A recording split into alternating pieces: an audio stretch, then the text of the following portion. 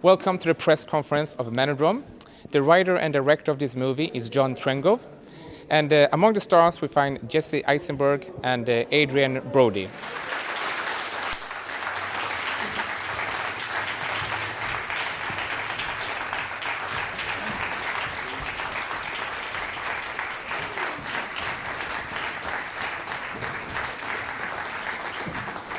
All the amazing talent sitting on this table, and I'll start from my right-hand side on the very end. Please welcome Philip, Philip Ettinghat, actor. It is Philip, yes. Next to him, please welcome Salut Césaire, playing Ahmed. Please welcome Adrien Brody, ladies and gentlemen. That band needs no introduction, especially here in Berlin. We love her, Odessa Young.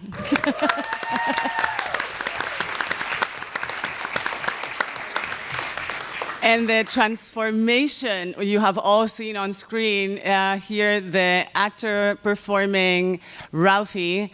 Please welcome Jesse Eisenberg.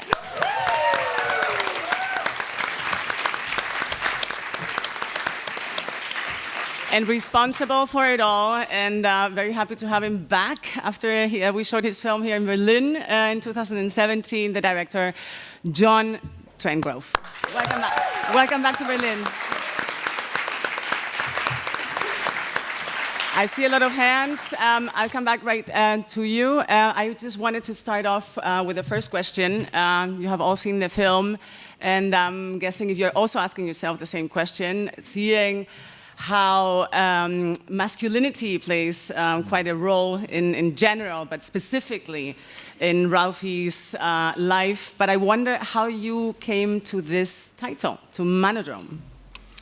I mean, it started, a couple of years ago when I was first reading up on the so-called manosphere. It's this online community of different clusters of communities of men who kind of group together for different reasons.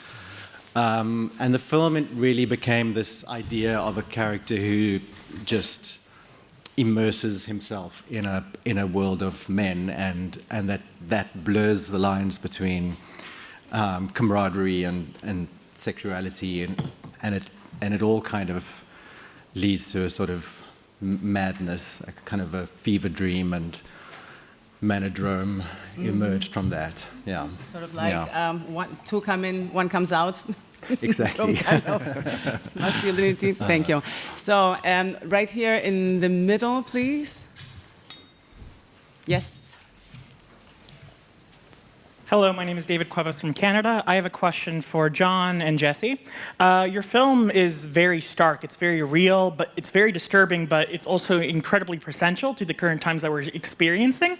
More specifically, I was reminded by the Andrew Tate scandal that's currently going on in Romania. I was wondering if there's any similarities between your narrative, if there was inspiration with real-life cases in correlation with the Andrew Tate concerns. Thank you. I actually only found out about Andrew Tate very recently. I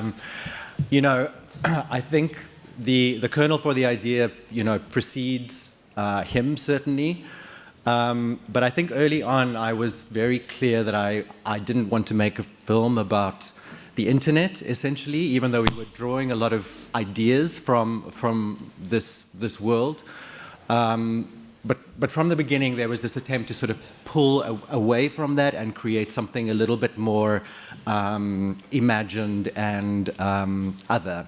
So I sort of deliberately resisted that topicality, knowing that it was already kind of in a triggering and immediate space. So yeah, there's no direct correlation with Andrew Tate, and thank God for that. Yeah. We have a question here in the middle. Hello, Wazir Chrismov for Derek Radio from Bulgaria. This is a question for the whole cast, and especially for Mr. Brody and Mr. Eisenberg. talents like Tony Kaye, Andrew Dominic, David Fincher, and others. You've worked with them, Adrien and Jesse, but I have a question for the whole film cast. What would you say makes the director, Mr. Trengove, different or unique compared to other directors that you've worked for? This is important for me because the film is very different and very the details are very thoughtfully executed. Thank you very much. Shall I answer that? I'm very impressed with John. And when I saw his film, The Wound, I was very moved by that and the complexity within the storytelling and the nuances and the performances and I guess there's something very similar within Manodrome, thematically, and what speaks to me so much about John's work and what he's managed to capture within the writing and the storytelling and the creation of these characters is beyond grappling with masculinity or very blatant issues within society as a whole. It's really about the disconnect with what we intrinsically know as the truth and what we are bombarded with, which becomes the truth. And all of our collective doubts and past traumas and unresolved issues that create these fractured lives, which we see throughout the world, and the repercussions are endless. And to be able to tell stories like that in a touching way that are very real but heightened and relatable is a very unique trait. And I just think John has a unique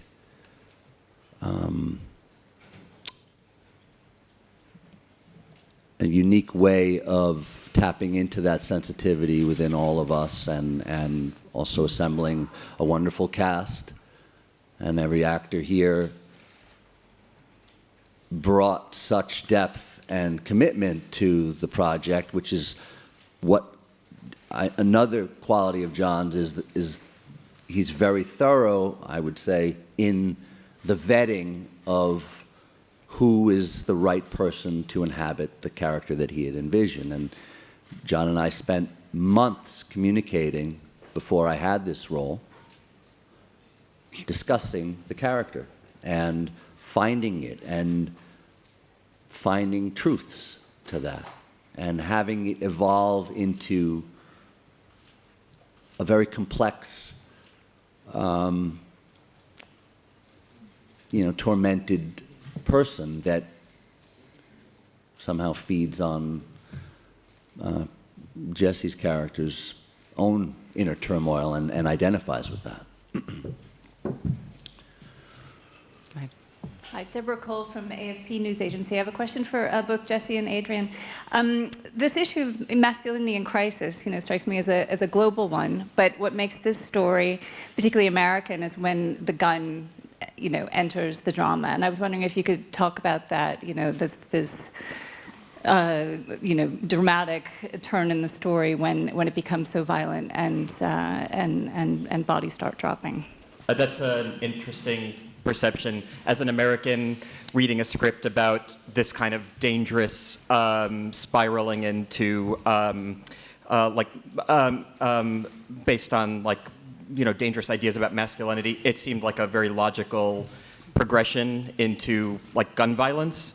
But I suppose because this is an international audience, especially in Germany where laws and ideas around guns are so different, I suppose it will play as something particularly American. To me, when I read it, just seemed like a very logical conclusion to this bleak tragedy.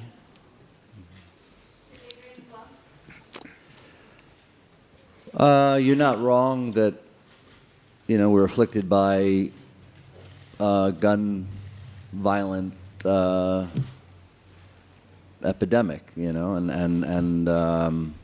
but I agree with Jesse that, to me too, it feels like a natural progression where there's unchecked aggression within an individual that is being harnessed and it's stemming from myriad insecurities, violence, and lashing out in some form of violence seems logical. And guns are readily available. Not exclusively in America, but we do have access to weapons, and they are used.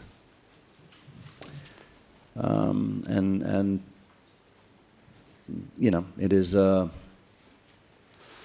it's part of the tragic storytelling. Thank you very much. We have a question right here in the middle. Yeah, hello. My question is about inner peace of mind. And right now you had very good comment about what is truth. And if this peace of mind is truth, I really think that you really have this one. And how can we keep this? How do you work on it around this is violent, this is crazy, this is angry world? How can we keep our peace of mind inside? Myself or my character? Yes, yourself is much interesting for me.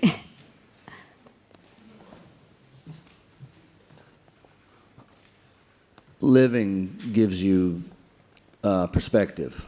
So when you're younger, you have less perspective, and I can speak from experience. I was much more reactive when I was younger and emotionally led, and it's something that John and I actually discussed with regards to Dan and his relationship to Ralphie, and it's an interesting thing to find ways of being more present. And I think when you are present, you're able to quiet all the distractions, both internal and external, and align with your own sense of truth. And I think that's something that personally I've been fortunate to be able to cultivate as an actor, because I have to put myself in other people's shoes, and I've done that for a lifetime. And I can identify with problems that are universal, that have existed in the past, that exist today, and try and find ways through that or answers to those, and but you have to catch me on a good day sometimes, but I'll always tell you the truth, that's for sure. Thank you. Thank you very much. We have a question here on the right-hand side. Sure. Hi, everyone. Congratulations. It's Stephen Schaefer from the Boston Herald. This is for Jesse. Hi, Adrien. How are you, sir? Good. This is something, a truly surprising character to see you play this, Jesse. What's it all about with Ralphie? We learn about his trauma as a childhood, but is that all it is about him? He's nonverbal and then he explodes. And for Odessa, your relationship with him, it's kind of like an angry mother that she's tending to him and can't wait to get away from him. Thank you. That's what she was going for. Yeah. Yeah, I mean, what you said to Odessa is implies that he's a child, which felt right to me too, that he's kind of infantilized and stunted. But I think of the movie more like a fever dream of a movie where there's not like where it's not really a dissection of this person's, Freudian psychology, looking at his childhood and understanding why he winds up the way he is. I think of it more like this visceral fever dream where this guy is like living faster than he can, faster than his mind can. And so I don't think of it as like a logical extension from childhood trauma, even though it is presented by John and there are certain hints as to where his kind of trauma comes from. But I think of him just as like a guy who can't catch up to his behavior. And then in terms of like relationship with Odessa's character, he's like so infantilized that he kind of requires a mother figure, which she provides, but it's obviously not sustainable for a relationship.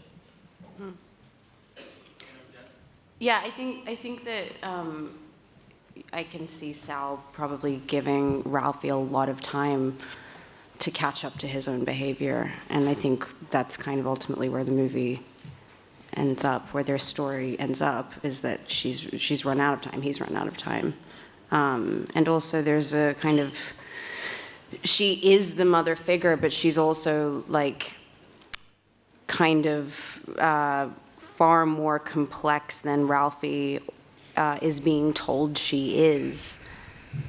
Like, she is also kind of physically violent. She is the one making the money,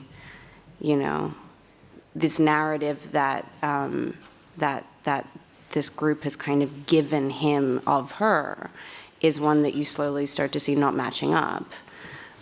So I think that the kind of maternal quality of Sal is probably one that Ralphie has imposed upon her, and that out of care or exhaustion, she's had to kind of take on for herself. Great. Probably, but I don't know. Great, thank you. We have, sorry, am I cutting you where you? No, finished? sorry. All right. Before we go to the question all the way in the back, I'm going to ask you, because there's so many of you raising your hands, could you just raise your hands again so my colleagues can spot you and they can come afterwards to you? Can you see them? Great, thank you very much. Please go ahead. Hello, Catalina Eleona, Romanian magazine Conștiința. At the end of the film, we see Ghiță Mureșan, a Romanian basketball player and actor, and the film ends with him singing a Romanian lullaby, Nani Nani Puișor. Was it just a coincidence that he was Romanian, he's coming from Romanian, or does it have a particular meaning or more deeper level, more deeper? Thank you. George was just the most wonderful person who walked into our lives. We were looking for somebody really special and somebody who was somehow other, who didn't feel like he was from the world, but sort of an outsider. And we sort of, got hold of him quite spontaneously and reached out and in a way just assumed that he would read the script and not be interested. And it was sort of the opposite. He responded very strongly, and he ended up bringing such an incredible tenderness to the film. And in a way, what I spoke with George was this idea that he perhaps brings some kind of antidote or some other model of masculinity and fatherhood that is sort of absent from the film. Into the film right at the end. So no, his specific Romanianness was not intentional, although I'm obviously a huge fan of Romanian cinema. And the song that he sings at the end was completely improvised by him. We were literally about to roll camera, and I said to George, isn't there some kind of lullaby or something that you could sing? And he just came up with this. It was so special. It was so special. But yeah, George was like a blessing. He was this wonderful, gentle energy that entered our world, and I couldn't have been more pleased to have met him and gotten to know him. He's a fascinating guy. Thank you. We have one all the way here in the back. Hi, I'm Dimitra from Greece. This is a very disturbing but actual and significant topic that you bring. What I would like to ask is that you don't show only the guns and this kind of masculinity crisis, but also it is fed from a more general crisis. So my question is, this showing of sects like this one, is it an implication of alt-right or other sects that are not based on, they are based on real problems that the contemporary American citizen faces? They criticize what's going on, but what they have to provide is something dangerous and sometimes irrational. So this otherness that exists inside American society, do you feel that there's a danger and you want to show that it may give power to this kind of phenomena? Well, I mean, you talk about the alt-right, and that was part of where, I was reading up about them and these other groups for the first time when I started writing this, and since then they had become much more mainstream. But like I said earlier, it was sort of important for me not to make a film about the alt-right or to make a film about internet culture. But what I did do, and what was interesting for me, as a queer filmmaker, was to say, well, what if we take these ideas and we bring them into this kind of chosen family of men, which is a very sort of queer idea of groups who feel in some ways disenfranchised or marginalized, who then come together and create their own communities as a way of rehabilitation and self-healing. And so that was really what became the Manodrome. And if I'm understanding your question correctly, I'm not sure, like, does it normalize kind of, extreme ideology? Well, I think that was partly what was interesting to me, is how radical ideology reaches the mainstream. And I think we see this in American politics, all the time now. How these, housewives in the Midwest are suddenly kind of, picking up assault rifles and reading up on, neo-Nazi ideology. And there is a way in which our culture is sort of moving so quickly, and probably because of the internet. And so things kind of tend to blur in all sorts of disturbing ways.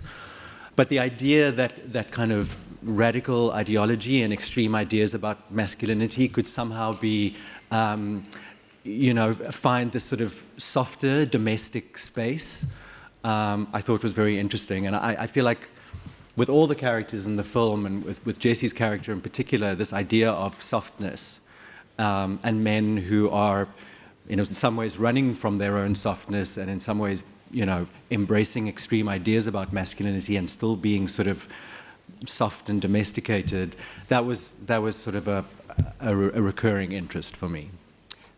Maybe on that note, we can ask Philip and Salut to maybe add on that, because both your characters are very much in that line as well. I mean, there's many different layers of masculinity, but it would be great if you could tell us a little bit more about how, like John was saying, it reflects in your character and how you approached it. Sure. Well, I think for Amit specifically, he's got the outer shell of a bodybuilder. So on initial glance, he doesn't seem like he would have a softer side to him. But I think that softer side that he has is what allows for Jesse's character to be vulnerable. And I think that vulnerability is maybe something, Ralphie is not really expecting to feel and to come out. And I think when that occurs, it might be kind of shocking and jolting to Ralphie, which leads to, the progression of what he does next. So, yeah, I think Amit's sort of a catalyst, I would say, to the trajectory of the story overall. Yeah, with Jason, I don't know. I kind of, and I talked to John about this, but just with myself, or just grappling what it means to be a man in today's society, or what you're told how you should be or how you should look, or dealing with someone who maybe life hasn't worked out the way that they were hoping it would work out, and who holds this pain that they don't know what to do with. Like Salu, like trying to build a literal body of armor to grapple with softness or pain or emotion when you don't really have a good example for how to navigate that in today's world and be a successful person for whatever that means. So yeah, this whole script, and also just what I found interesting in Jason is he's just trying to like figure out who he is and what it means to be a man, and what how he feels in connecting to people, and not feeling so alone, and you know, just trying to find his way. Thank you very much. We have one all the way on the right-hand side. Hi. This is Luis from Spanish magazine El Antepenúltimo Mohicano. Congratulations to all the team, cast and crew. I've got a question for John. John, would you say that in the film there are some elements of religious, or let's say Catholic power structure, especially male Catholic power structure, and how does that integrate with the online manosphere communities? I wouldn't say Catholic exactly, but obviously there is this sort of, it is a kind of a strange Christmas movie in a way. And that was very much intentional. I wrote the first draft of the screenplay over Christmas, and there was something about the kind of the sort of perversity of bringing these dark themes, you know, into this so supposedly festive but also very problematic ritual that is so saturated in consumerism and in a way has you know, lost a lot of meaning. And then that extended to the baby being born on Christmas Day, and so there is a bit of a sort of a Christ idea that drifts through the film. But that was really more my interest in, again, pulling away from documentary or reality and bringing it into something a little bit more mythological and imagined. We are sort of with a character whose grip on reality is questionable, and I think I tried to kind of prompt the audience to question what they were seeing from an early point in the film, and I think a lot of the tension in the film resides from that, of being so close to this character and yet not completely being able to trust his experience, his decision making, and so that terror, that kind of unnerving experience of that, I think, was very much part of how I saw this journey. So I wouldn't say direct parallels to religion, but perhaps more a way in which, in a kind of modern context, these rituals have become sort of distorted and hollow. Hello, my name is Mac, and I'm from Canada, and my question is for John. In the movie, Adrien's character does a bit of a seduction to Ralphie by telling him, I think it was, you have the look of someone who no one's ever showed up for, and allowing him to have that vulnerability inside of the home and when they're together. And I was wondering, what do you think it says about men, or are you trying to say that men can only ever really feel vulnerable and feel free to be vulnerable around other men? Yeah, I mean, I think that's something that men grapple with generally, is that the world is underfathered and generally speaking, and that's, I think, a big crisis that we face now is men, because they are repressing emotion, they're not they don't learn or acquire basic life skills about how to deal with feelings and emotions. So I think, you have the situation where you have grown men in the world who have the sort of internal resources of little boys, and then having to kind of hide that and overcompensate with sort of hyper-aggression and posturing. So with this group that I invented for the film, it was this idea that Dan can spot these guys who are feeling frustrated, weak, angry, like nobody showed up for them. It's literally his line in the film, and that he can provide some kind of haven for them. And I think somebody said it earlier, but there's a kind of double-edged sword there. Of course, it can be rehabilitating and it can be a kind of nurturing space, but when a character goes through the kind of what we call the confessional scene, those sort of group therapy moments, it's also a way of kind of breaking somebody down and to begin to inject ideology. So there's a kind of complicated space there that is navigated. It's Ana from a Spanish magazine, La Cartelera Turia. This is a question from John, and I was wondering if you could explain a little bit more the relationship between money, masculinity, and power, because we see that during the movie, money plays a huge role when he wants to have these sneakers, or when he goes in order to sell the phone. So I was wondering if you could explain a little bit more what role money plays in the movie. Thank you very much. Yeah, that's a great question. I'm generally just interested in the class struggle and how people are products of their socioeconomic background. And it sometimes feels to me that American films can kind of resist talking about those things.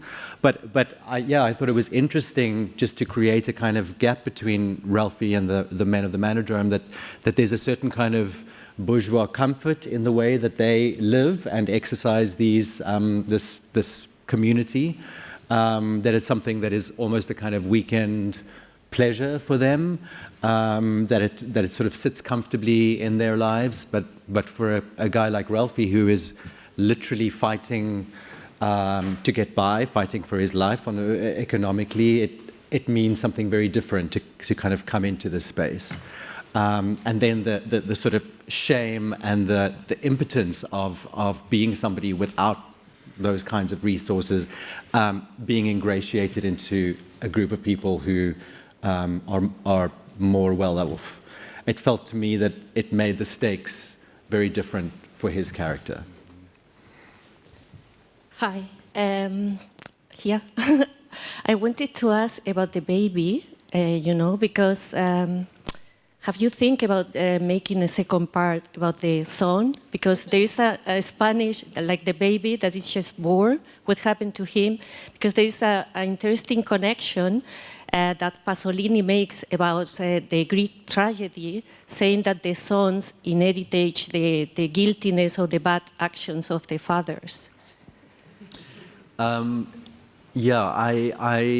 baby was a kind of an interesting way of really splitting Ralphie's sense of himself. So I think he's a character who essentially, he's not motivated in a way the world sort of just happens to him, but he's got these two conflicting ideas of himself. And the one is somebody who desperately wants to be a father and a provider and perhaps be the father for a child that he didn't have himself.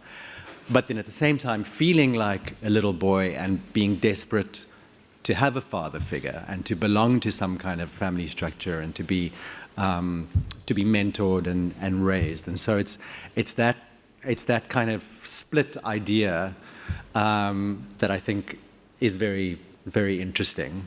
And in a way, the baby becomes a kind of metaphor for Ralphie.